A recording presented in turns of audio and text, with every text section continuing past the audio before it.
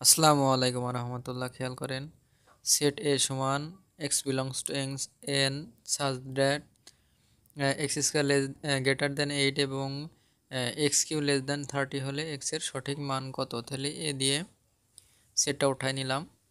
এবার দেখেন এন হচ্ছে কি স্বাভাবিক সংখ্যা, 1 2 3 4 ডট ডট মানে এভাবে চলতেই আছে।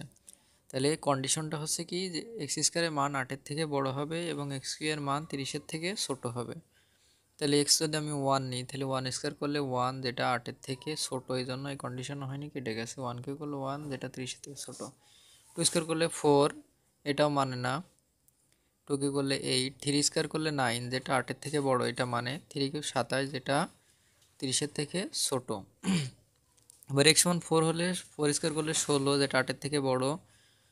4 কিউ করলে 64, যেটা হচ্ছে 30-এর থেকে বড়। তাই এই কন্ডিশনটা কেটে গেছে। তাহলে দুইটাই কাটে নেই, কত? এটা আছে শুধু 3, তাহলে এক্স এর মান হবে 3। তো অঙ্কটা হয়েছে। সকলকে ধন্যবাদ। আসসালামু আলাইকুম।